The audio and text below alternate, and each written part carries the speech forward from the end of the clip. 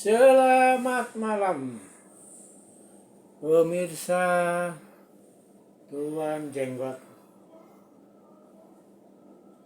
Seperti salam Tuan Jenggot, salam sehat, salam sukses. Anda tidak mungkin bisa sukses kalau Anda tidak sehat.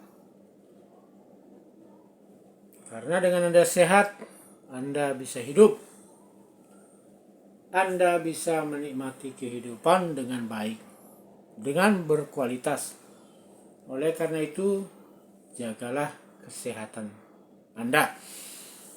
Ini hukum alam semesta, ya. Kehidupan hanya bisa dilewati dengan baik, dengan berkualitas jika Anda sehat, ya. Soal hidup setelah kematian tidak dibahas, ya. Itu dibahas di tempat lain. Hari ini kita masuk episode tentang definisi akal budi. Saya membagi dua bagian besar channel ini. Apa itu definisi akal budi, ya? Yang saya maksud kemarin bahwa akal budi adalah produk kesadaran. Sebenarnya ada emosi, akal, ada budi, ya. Inilah produk kesadaran manusia, ya. Seperti yang kemarin saya katakan bahwa budi adalah produk akal. Akal lah yang duluan ada, ya. Pikiran. Setiap makhluk hidup melakukan komparasi, perbandingan terhadap situasi dan kondisi yang ada di sekitarnya, maka dia sedang berpikir. Contohnya pada tumbuhan, jika dia daunnya berusaha menggeser ke arah matahari, maka dia berpikir sesungguhnya bahwa dengan menempatkan daun-daun ke arah matahari, maka kehidupan bagi dia akan terus berlanjut, ya. Jadi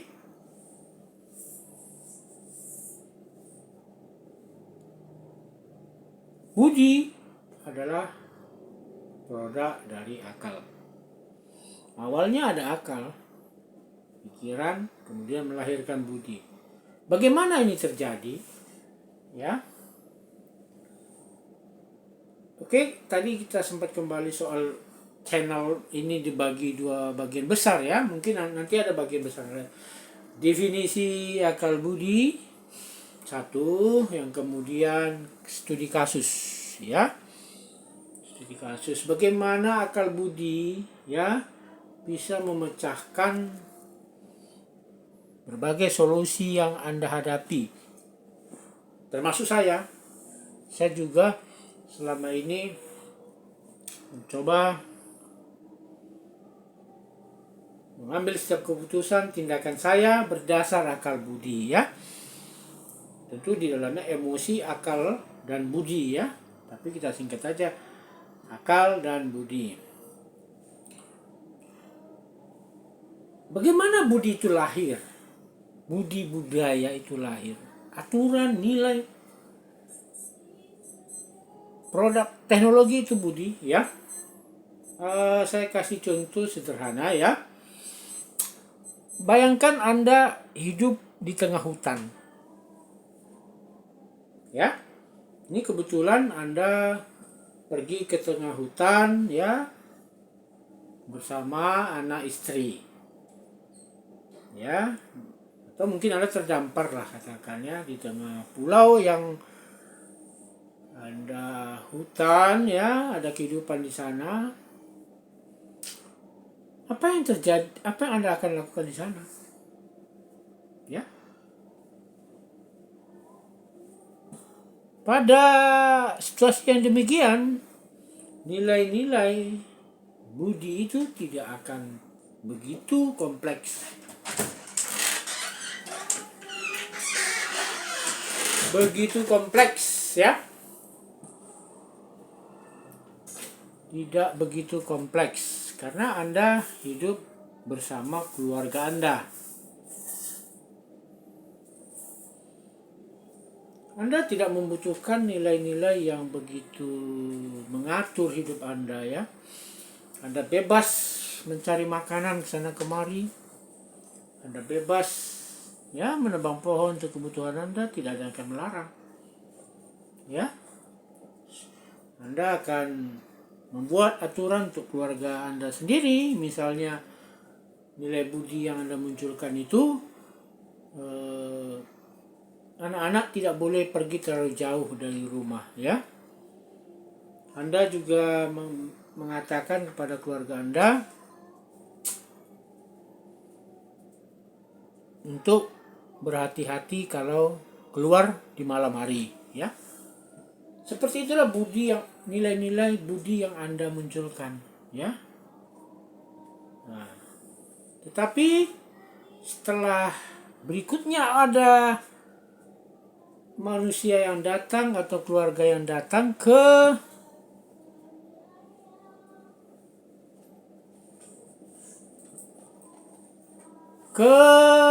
pulau itu, maka mulai komplekslah masalah. Kalau satu keluarga yang baru datang, mungkin nilai-nilai yang dibuat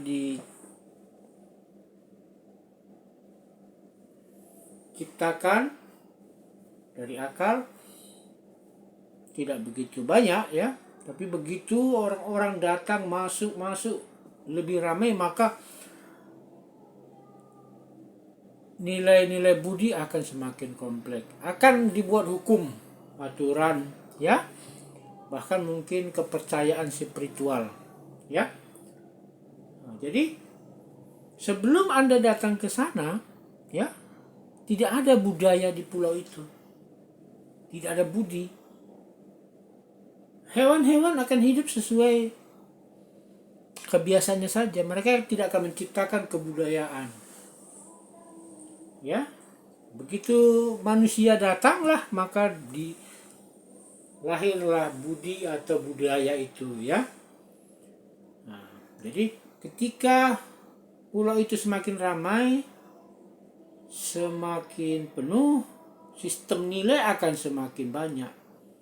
Seperti hukum dilarang mencuri ya, dilarang mengambil ternak orang lain ya, memasuki lahan orang lain tanpa izin, itu akan tercipta. Jadi akal itu muncul supaya kehidupan spesies itu bisa survive. Budi diciptakan, dilahirkan supaya manusia yang tinggal, hidup, bermasyarakat dan bersosial bisa juga survive. Anda bayangkan bila tidak ada sistem nilai pada sebuah masyarakat. Mereka kan saling membunuh, saling menghilangkan, saling mencuri barang-barang yang mereka miliki. Ini akan menimbulkan konflik. Jadi baik akal dan budi ada supaya manusia bisa survive. Dalam kondisi Anda sendiri, Anda hanya membutuhkan akal, insting, naluri, ya. Anda tidak membutuhkan nilai di sana, ya. Ya, mungkin Anda membuat nilai yang sederhana lah di sana, seperti tidak membunuh hewan sembarangan ya, tidak menebang pohon sembarangan, nah, supaya alam yang Anda tinggali lestari. Tetapi begitu masyarakat semakin banyak, kebebasan akal Anda, pikiran Anda akan dibatasi oleh budi. Itulah mengapa budi mengontrol akal. Kalau akal itu sebenarnya ingin mementingkan diri sendiri. Bagaimana kita bisa makan lebih banyak, hidup lebih enak, itu akal. Ya. Tapi begitu ada sistem budi, maka dia akan dibatasi. Ya. Tetapi dua-duanya lahir karena ingin spesies, terutama manusia itu bisa survive, bisa bertahan. Anda bayangkan bila tidak ada sistem nilai. Adapun sistem nilai di masyarakat bisa juga menimbulkan konflik, ya. Makanya kemudian masyarakat menciptakan sebuah